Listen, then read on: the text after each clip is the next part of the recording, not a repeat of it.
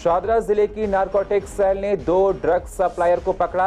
आरोपियों के पास से 20 किलो गांजा किया बरामद। पुलिस कर रही है मेन आरोपी की तलाश।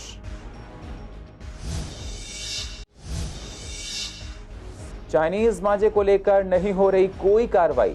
एसडीएम ने कहा सबसे ज्यादा मामले आते हैं उत्तर पूर्वी दिल्ली से। कोडवर्ड से बिक रहा है चाइनीज मांझा।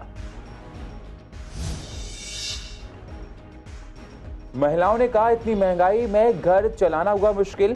चौतरफा पड़ रही है महंगाई की मार। सब्जियों के दाम बढ़ने से पूरी तरह से गड़बड़ाया है बजट।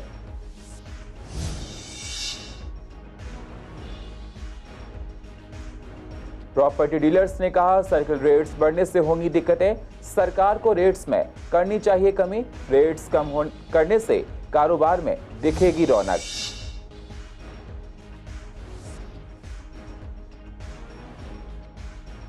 और मॉनसून में बढ़ जाते हैं वायरल बुखार के मरीज। डॉक्टर्स ने कहा रोजाना 50 मरीज हो रहे हैं भर्ती। पेट दर्द, लूज मोशंस की समस्या के मरीज ज्यादा हैं भर्ती।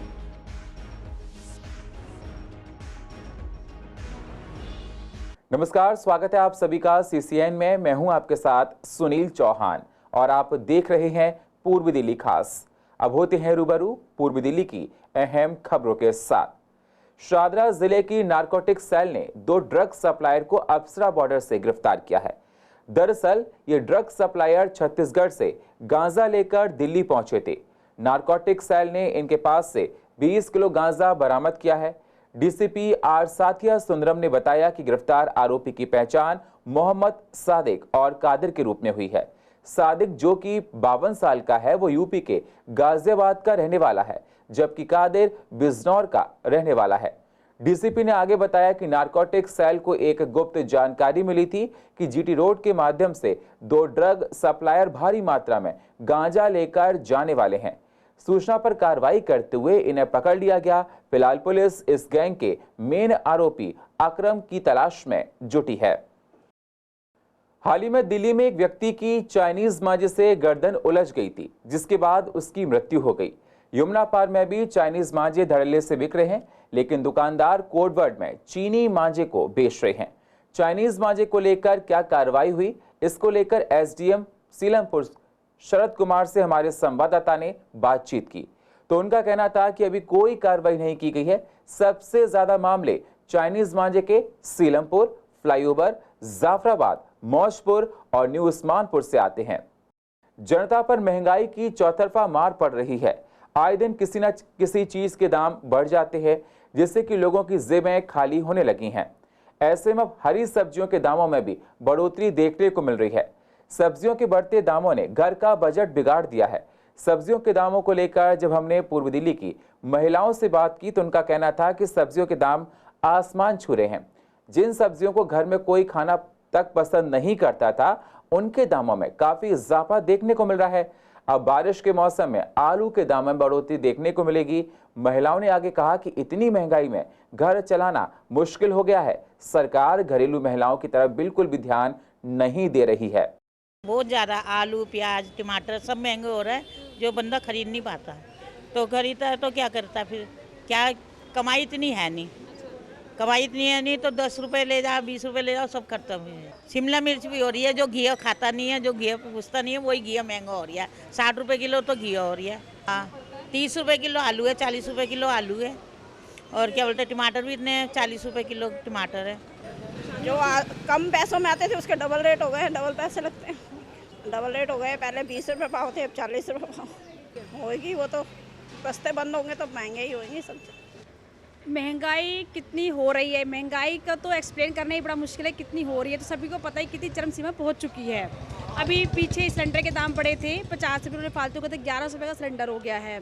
जो सब्जियां आजकल, जो नया मुद्दा कल से सरकार ने सब्जियों पे दाम बढ़ाए हैं, जो सब्जियां जैसे टिंडा और ये लौकी जैसे सब्जी जिसे कोई खाना पसंद नहीं करता, वो भी इतनी महंगी हो रही हैं कि 120 रुपये कल टिंडे का रेट है, जिसे कोई खाना पसंद भी नहीं करता। और तोरी, घिया, जिसका कोई वो नहीं है, वजूद नहीं, सिर्फ बहुत लोग कम पसंद करते हैं, फिर भी उसके रेट इतने ऊपर है। तो ये सोचो कि जो कैजुअल, जो मौसमी सब्जियां हैं, मानसून की सब्जियाँ उनका रेट क्या हाल होगा? जैसे पहले सब्जी थी कि आलू 10 रुपये 20 रुपये ऐसे मिला, अब आलू भी 40 रुपये किलो। जो बैंगन भरते वाले हैं वो भी 20 रुपये पाव से कोई सब्जी कम है ही नहीं। बाजार तो सारा ही बिगड़ जाता है, सिलेंडर भी महंगा है, हर चीज़ महंगी है। जो कि मैं ये कह रही हूँ कि जितने कम जो कमाने वाले हैं उनके घर के भी बजट चलाने बहुत मुश्किल है। ये प्रॉपर्टी के सर्कल रेट बढ़ने की प्रक्रिया एक बार फिर शुरू की गई है। दरअसल पहले प्रॉपर्टी की रजिस्ट्री पर 20% का सर्कल रेट लगता था, लेकिन अब इसे बढ़ा दिया गया है, जिससे कि रजिस्ट्री के दाम भी बढ़ गए हैं और इसलिए लोग प्रॉपर्टी की खरीद फरोख्त कम कर रहे हैं। प्रॉपर्टी डीलर्स का कहना है कि रेट बढ़ने से काफी दिक्कतें हैं, काम पर काफी बुरा प्रभाव पड़ा है, इसलिए सरकार को इनके रेट्स पर कमी करनी चाहिए, जिससे कारोबार में दोबारा से रौनक आ सके।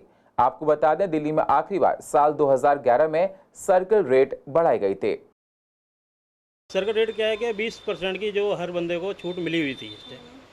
अब छुट्टी के बाद हर किसी को फ़ायदा ही था कि जब सर्कल रेट कम है तो पैसा कम लगता था, रजिस्ट्री कराने जाता। गरीब बंदा है वो भी 2 पैसे के लाभ होता था उसको। इस टाइम ना सर्कल रेट सरकार ने बढ़ा रखा है। जब सर्कल रेट बढ़ा रखा है तो हर बंदे को परेशानी इस टाइम हो रही है। सर कितना रेट बढ़ा है अभी? 20% बढ़ गया, उतना ही हो गया। पहले 56 था, फिर 56 ही हो गया। इसलिए बंदों को बड़ी दिक्कत होती है क्योंकि पैसे एक्स्ट्रा लग रहा है। उस टाइम राहत थी तो बड़ा अच्छा लगता था लोगों को काम करने के लिए। इस टाइम 56 जो अपना सरकार रेट 20% जो बढ़ा है 20% अभी जो, इस चक्कर में बंदों को बहुत ज़्यादा दिक्कत हो। नहीं, इस टाइम तो बहुत स्लो काम है। इस टाइम काम नहीं है, हर बंदा बैठा हुआ है। ईटेड जो काम करते हैं वो भी खाली बैठे हुए इस टाइम, इतना काम नहीं है उनके। प्रॉपर्टी के अंदर वैसे भी काम है नहीं मार्केट के अंदर, फिर एक सरकार रेट ऊपर से बढ़ गया है तो इसलिए बंदा और कहता है कि भैया अब जब 20% बढ़ जाएगा, पहले जैसे 50-60 हज़ार रुपये लेडीज़ के नाम पे 45 हज़ार रुपये खर्चा आती थी, उस टाइम अब 65-70 हज़ार रुपये खर्चा आ रहा है इस टाइम। प्रॉपर्टी का काम तो बहुत मंदा है, बाजार में कोई है ही नहीं, ग्राहक ही नहीं है।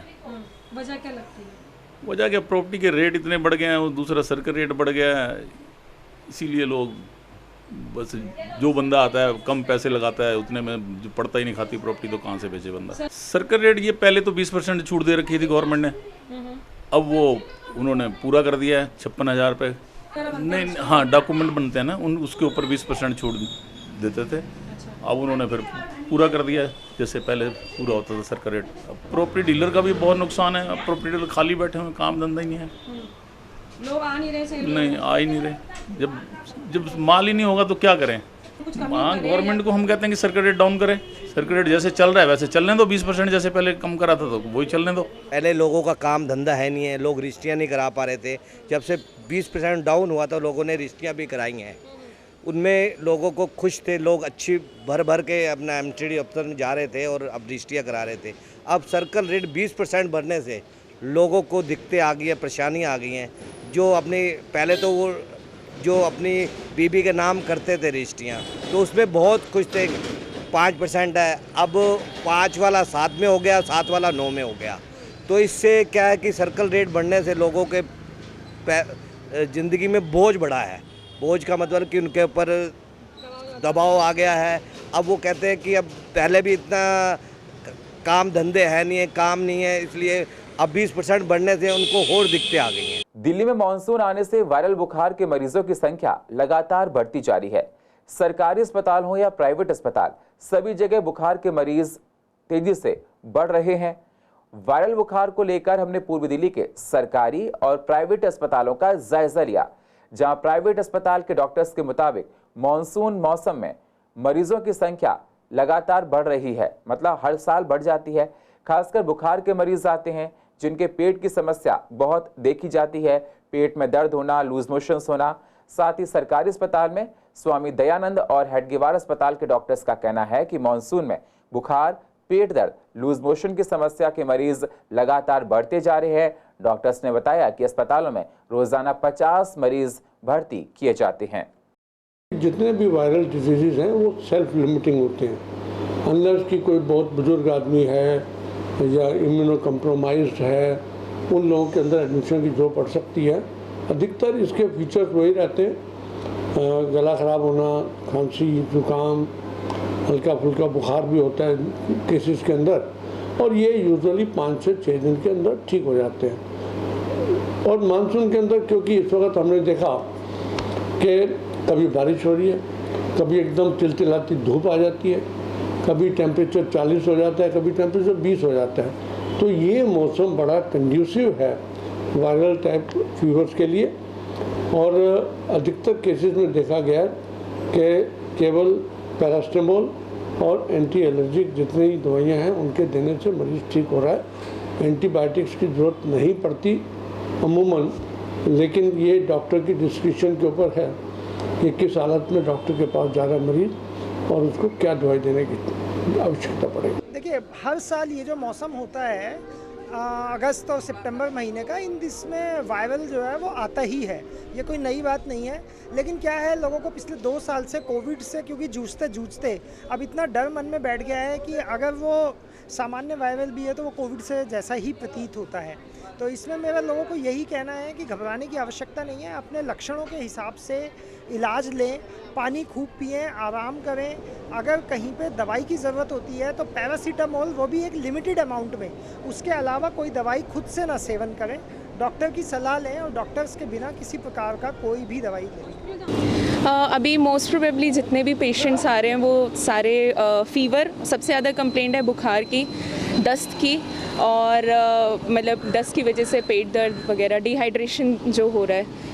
और अप्रॉक्स 100-150, 100-150 मरीज़ तो रोज़ के हैं ही हैं। तो उस दौरान जो ट्रीटमेंट दिया जा रहा है वो यही है, बीपी वगैरह चेक करके, अगर बीपी बहुत ज़्यादा लो है तो रिंगर लैक्टेट और NS दिया जा रहा है। और अगर बीपी फिर भी अप्रॉक्स 110 वगैरह आता है तो ये नहीं है कि बीपी इतना कम हो गया है कि एकदम से रिंगर लैक्टेट या NS चढ़ा दिया जाए, ऐसा कुछ नहीं है। तो उस टाइम पे ORS दे रहे हैं। मोस्टली तो ये जैसे कि सफाई का ध्यान रखते हैं, जो मच्छर वगैरह फैल रहे हैं उनका ध्यान रखते हैं, क्योंकि आजकल मलेरिया भी फैल रहा है मोस्टली देखा जाए तो। और जो इन्फेक्शन वगैरह फैला जो पानी की वजह से भी, जो गंदगी फैली है, जगह जगह गंदगी है, उसकी वजह से भी है। तो लगभग 100-150 पेशेंट पर डे आते हैं, मतलब लगभग 50 to 100 सेंसेस है रोजाना का हमारा, 50 के आसपास रोजाना एडमिट होते हैं हमारे पास में। आजकल का जो परिवर्तन हो रहा है, बारिश का मौसम हो रहा है और ऐसे मौसम में लोग ज़्यादातर बाहर का खाना खाते हैं, तो ऐसे मौसम में सबसे ज़्यादा वायरल इन्फेक्शन का डर होता है। ठीक है, जैसे थ्रोट पेन हो गया, गले में खराश हो गई, खांसी हो गई, जुकाम हो गया, फीवर हो गया, तो ऐसे में बाहर का खाना थोड़ा अवॉइड ही करें और जितना हो सके गर्म पानी पिएं, घर का खाना खाएं और इम्यूनिटी बूस्ट, मल्टी विटामिन, ये सब अपने उसमें रखें, खाने पीने में अपना ध्यान रखें और जितना हो सके बारिश से बचें। पूर्व दिल्ली के जागृति इनक्लेव में नैनीताल बैंक लिमिटेड ने अपना 101 फाउंडेशन डे को मनाया। बैंक के कर्मचारियों के साथ मिलकर इसमें केक काटा गया। बैंक के स्टाफ के मेंबर्स ने कहा कि हमें लोगों की तरफ से काफ़ी प्यार मिल रहा है, जनता को हम लोग बेहतरीन सुविधाएं देते हैं। इस मौके पर स्पेशल चाइल्ड बच्चों को स्टेशनरी का सामान, बिस्किट और खाद्य पदार्थ भी वितरित किए गए हैं। खुशी है क्योंकि हमारे बैंक ने 100 साल पूरे किए हैं। आज 101वां स्थापना दिवस है और इस मौके पे हम इन कुछ बच्चों को स्टेशनरी का आइटम, कुछ खाने पीने का सामान, जो हमारे लिए बहुत ही गर्व की बात है कि हम इन बच्चों को कुछ हेल्प कर पा रहे हैं। बाकी हम चाहेंगे हमारे बैंक के साथ बाकी काफ़ी लोग जुड़ें। 100 साल पूरे हुए, हम चाहेंगे 1000 साल ऐसे ही चलता रहे। सर, ये हमारे लिए बहुत ही स्वर्णिम क्षण है। हमारे संस्थापक पंडित श्री गोविंद वल्लभ पंत जी के द्वारा एक समाज में उस समय जब देश गुलामी की जंजीरों में बंधा हुआ था, एक वित्तीय रूप से सक्षम करने की एक पहल की गई और हमें गर्व है कि इस क्षण पे हम बैंक की लीगेसी को आगे बढ़ा रहे हैं और हम उम्मीद करते हैं कि अपने सम्मानित ग्राहकों से, अपने समाज से और बैंक के सभी सहकर्मियों से कि हम आगे कई वर्षों तक इस बैंक को और नई ऊंचाइयों पर ले जाएं। नैनीताल बैंक से मेरा जुड़ाव 1979 से है। लगभग 40-42 साल हो गए हैं इस बैंक के साथ जुड़े हुए और हमने इस बैंक को उन परिस्थितियों में देखा, नीचे से छोटे से होते हुए आज इतना बड़ा वृक्ष हो गया है। 100 साल पूरे हुए हैं और बड़ी दिल से खुशी हो रही है इस बात की कि जो हमने हमारे पूर्वजों ने, गोविंद वल्लभ पंत जी वगैरह ने जो पौधा लगाया था, आज एक विशाल वृक्ष के रूप में हो गया है।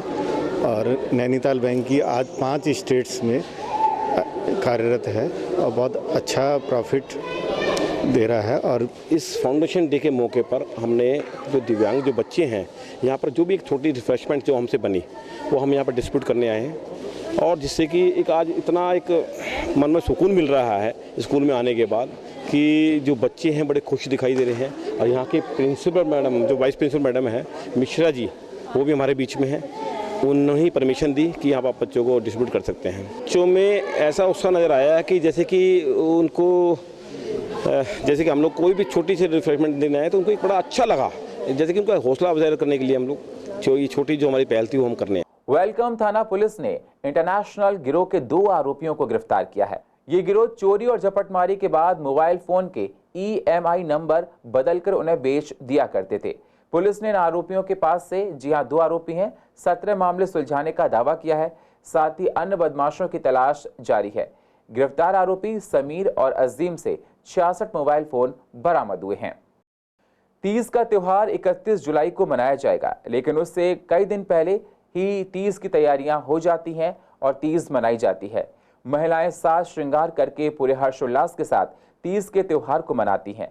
ऐसा ही आज देखने को मिला IMA EDB में। IMA EDB द्वारा तीज के प्रोग्राम को सेलिब्रेट किया गया, जिसमें डॉक्टर्स ने रंग बिरंगे परिधान पहने थे। लोगों ने नाच गाना, झूले पर झूला झूलकर इस त्योहार को मनाया, जिसमें सभी डॉक्टर्स ने पार्टिसिपेट किया। साथ ही यहाँ खाने पीने के स्टॉल्स भी लगाए गए थे, जिसमें सभी लेडी डॉक्टर्स ने नाच गाने के साथ जमकर मस्ती की और झूला भी झूला। तीज का त्योहार हर्षोल्लास के साथ मनाया गया IMA EDB में और सभी लोग रंग बिरंगे परिधान में नजर आए। बहुत ही हर्षोल्लास के साथ इस त्योहार को मनाया गया और लोगों ने मिलकर गीत भी गाए। ये आज हमने तीज का फेस्टिवल ऑर्गेनाइज किया है सबके लिए। सारे डॉक्टर्स में, लेडी डॉक्टर्स में बहुत ज़्यादा एक्साइटमेंट है एंड सबको मिलने जुलने का, अच्छे से तैयार होने का एक मौका मिलता है।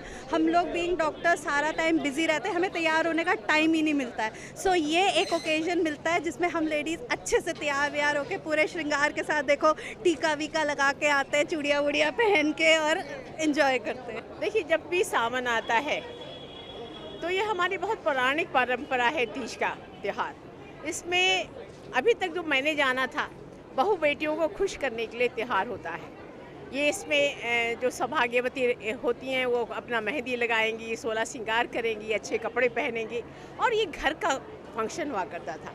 ऑर्गेनाइजेशन लेवल पे ये पिछले 5-6 सालों में मैंने इसको देखा है कि ये करवा चौथ तो मनाते हैं पूरे नॉर्दर्न इंडिया में, पर तीज का त्यौहार तो है ये घरों में ही था। बट मैं देखती हूँ कि ये बहुत अच्छा चीज़ है। तीज का त्यौहार है जिसको हरियाली तीज भी कहा जाता है। आज फीमेल डॉक्टर्स और IMA के जितने भी मेंबर्स हैं उनकी वाइफ्स इस प्रोग्राम को कर रही हैं और तीज का सेलिब्रेशन चल रहा है यहाँ पे। जैसे बहुत एक्साइटमेंट आप देख रहे हैं, जगह मेहंदी लग रही है, जगह जगह स्टॉल्स लगे हुए हैं, लाइव लाख की चूड़ियाँ बन रही हैं। तो मतलब आप देख सकते हैं कि यहाँ पे कितना इंथुसियाज़म है, सब लोग कितना ज़्यादा इंजॉय कर रहे हैं। और मुझे ऐसा लगता है कि हम डॉक्टर्स की ज़िंदगी में जितना स्ट्रेस होता है, उस हिसाब से उतनी ही हम आज की हमारे हिंदू तीज त्योहारों को उतनी अच्छे से एंजॉय करते हैं। बहुत ज़्यादा। आप देखो, डे टू डे लाइफ में हम गायनेकोलॉजिस्ट तो बहुत ज़्यादा स्ट्रेस्ड आउट रहते हैं, तो हमारे लिए डेफिनेटली इस तरह के जो इवेंट्स हैं ये बहुत ज़्यादा डाइल्यूट करते हैं हमारे स्ट्रेस को।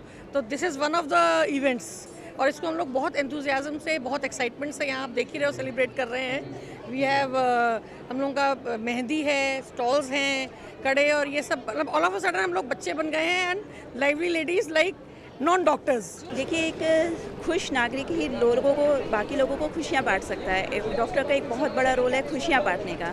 जब डॉक्टर खुद ही खुश होगा तभी तो वो सोसाइटी के लिए कुछ अच्छा या खुशी दे पाएगा। तो ये तीज का प्रोग्राम कोविड के बाद बड़े लेवल पे अब मनाया जा रहा है। इसमें IMA EDB east Delhi branch के फीमेल डॉक्टर्स और उनके परिवार वाले या फीमेल्स, घर में जितनी भी फीमेल्स हैं उनको इनवाइट किया गया है। दिलशाद गार्डन के अर्वाचीन स्कूल में उज्जवल भारत उज्जवल भविष्य का प्रोग्राम आयोजित किया गया। इस कार्यक्रम में DM प्रांजल पाटिल, DM और SDM तपन झा भी मौजूद रहे। ये कार्यक्रम आज़ादी के अमृत महोत्सव के उपलक्ष्य में आयोजित किया गया, जिसमें स्कूली बच्चों ने प्रोजेक्ट के माध्यम से बताया कि बिजली पैदा कैसे होती है। वहीं स्कूल की प्रिंसिपल स्वप्ना नायर ने बताया कि अगर बिजली का इस्तेमाल नहीं करते तो उसके स्विच ऑफ करके सेव कर सकते हैं, जिससे कि बच्चे भी जागरूक होंगे कि बिजली का इस्तेमाल कैसे किया जाता है। ये जो प्रोग्राम था ये बहुत ज़रूरी है, क्योंकि आजकल बच्चों को और सब लोगों को ये अवेयरनेस फैलाना बहुत ज़रूरी है कि कितना इम्पॉर्टेंट है हमें अपने एनर्जी रिसोर्सेज को सेव करना। मोरोवर हमारे बच्चों को बहुत फैसिलिटीज़ मिली हुई हैं, तो दे शुड ऑल्सो नो कि किस तरह से लोग जो हैं रूरल एरियाज़ में और डिस्टेंट लैंड्स में किस तरह से पढ़ते हैं, किस तरह की प्रॉब्लम्स वो फेस करते हैं। And it is an appreciable effort by the ministry of power and of course the prime minister of India that he is kind of trying to bring all the facilities to even the masses, which is very very important. अभी हम लोगों ने बहुत सारी ऐसी videos देखी जिससे हमें पता चला कि कितना हमारी गवर्नमेंट जो है लोगों के लिए कर रही है, किस तरह से किन किन एरियाज़ में जहाँ पे लोग इमेजिन भी नहीं कर सकते थे कि कभी इलेक्ट्रिसिटी आएगी, ऐसे एरियाज़ में electricity I. So it's an appreciable effort. Awareness के साथ साथ हम उनके अंदर ऐसा एटीट्यूड भी डालें कि जो उनको अवेयरनेस मिली है, जो उनको नॉलेज मिली है, जो उनको स्किल्स स्कूल से मिली है, वो इतने कॉम्पिटेंट हों कि उसको प्रैक्टिस में डालें। भारत सरकार आज़ादी के अमृत महोत्सव के आयोजन के तहत हम लोग आज शहादरा ज़िले में बिजली महोत्सव मना रहे हैं और जैसा आप देख रहे हैं लोगों में बहुत उत्साह है। और आज इस महोत्सव के माध्यम से हम उन तमाम अधिकारियों को, विभागों को, पराक्रम को, चाहे वो राज्य सरकार की हैं या वो भारत सरकार की हैं, उन सब का धन्यवाद भी कर रहे हैं, जिनकी वजह से आज देश इतनी तरक्की कर रहा है। आज घर घर बिजली पहुंचा है। दिल्ली के अंदर तो सचमुच में ये नायाब पिछले 10 साल पहले पूरा हो चुका था, लेकिन देश के अंदर भी अब अलग अलग कोने में बिजली जिस तरीके से पहुंच रही, गांव-गांव तक जिस तरीके से बिजली की आपूर्ति हो रही, निश्चित रूप से एक काबिल तारीफ मौका है। और आज हम सब मिल करके इस आयोजन के माध्यम से पूरे देश को बधाई दे रहे हैं। आज देखिए, आज भी हम जो ये आयोजन है, ये विवेकानंद कॉलेज है, हज़ारों बच्चे आज जिसमें शामिल हुए हैं। और पूर्व दिल्ली की अधिक जानकारी के लिए आप YouTube पर जाकर CCN लाइव को सब्सक्राइब करें और फ्रेश अपडेट लेते रहें। और फिलहाल पूर्व दिल्ली खास में इतना ही। बाकी खबरों के लिए आप बने रहिए CCN के साथ। तब तक के लिए नमस्कार।